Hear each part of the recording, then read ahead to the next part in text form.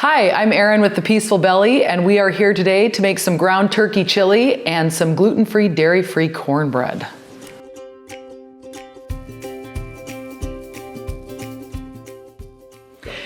Okay, so here are the ingredients we're going to be working with today for the chili.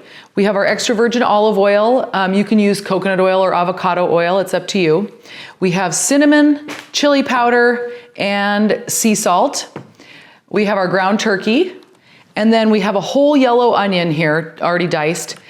And then you can use red bell pepper if you prefer that. Personally, I like fennel bulbs, so I tend to gravitate more to fennel bulbs. So I have 2 of those diced up here. We have our black beans. You are gonna need about 2 cans, 15-ounce cans of black beans, or you can make your own. And then we have some tomato sauce, unsalted, and some diced fire roasted tomatoes.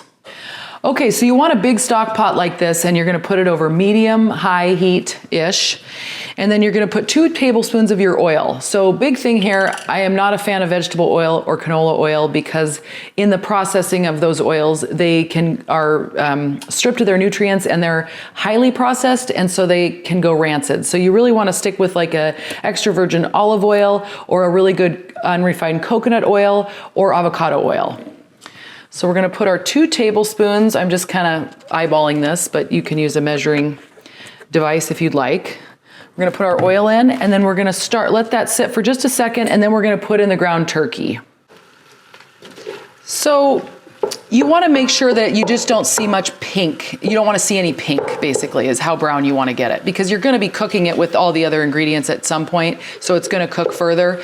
But I always my rule of thumb is if I ever see any more pink in there, I just continue to stir it and let it cook for just a little bit longer. All right, so once the meat looks nice and browned, we're just gonna put in 2 tablespoons of the chili powder, 1.5 teaspoons of salt, and then our fennel, and then we're gonna put our onions in. And you're gonna want to stir this up and kind of let this all meld together for about 5 minutes. Okay, so next we're gonna add our tomato sauce, fire roasted tomatoes, black beans, and a teaspoon of cinnamon. And then you wanna put about 1/2 cup of water in there too, just to give it a little bit more liquid. So we're gonna stir all this up, and then we're gonna bring it to a boil. So after it reaches a boil, you're gonna lower that temperature to a simmer, cover it, and we're gonna let it simmer for 30 minutes. All right, so while our chili cooks, we are gonna make some gluten-free, dairy-free cornbread. And when I say dairy-free, we are putting some grass-fed butter in there, but most people that have dairy sensitivities can do okay with grass-fed butter or ghee. If you're very, very sensitive to dairy, you can always use like coconut oil or some other oil for that.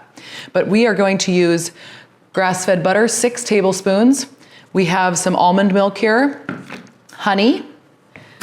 I use this Bob's Red Mill Paleo baking flour. I really like this as a gluten-free alternative. So we are going to use that today, along with Bob's Red Mill cornmeal, our sea salt, and 2 eggs. Okay, so we're gonna start with a cup of our gluten-free flour, and then we're also gonna do a cup of the cornmeal. And we will need a tablespoon of baking powder and a pinch of sea salt. Now we're gonna stir all of this up. All right, now you're gonna just make a little well in the middle of your flours here, and we're going to put the melted butter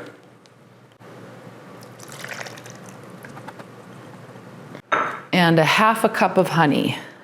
Okay, so after we have that in there, we're gonna mix these up nice and good.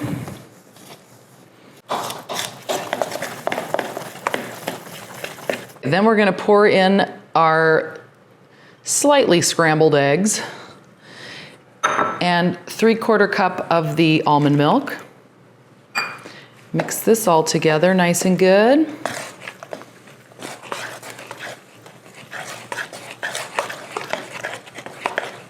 And then when you have this all mixed up, we're gonna pour it into, you can do an 8x8 pan, 9x9, however big you wanna make it. I greased my pan a little bit with butter just to make it a little non-stick. And then we will Pop it in the oven at 375 for 20 minutes.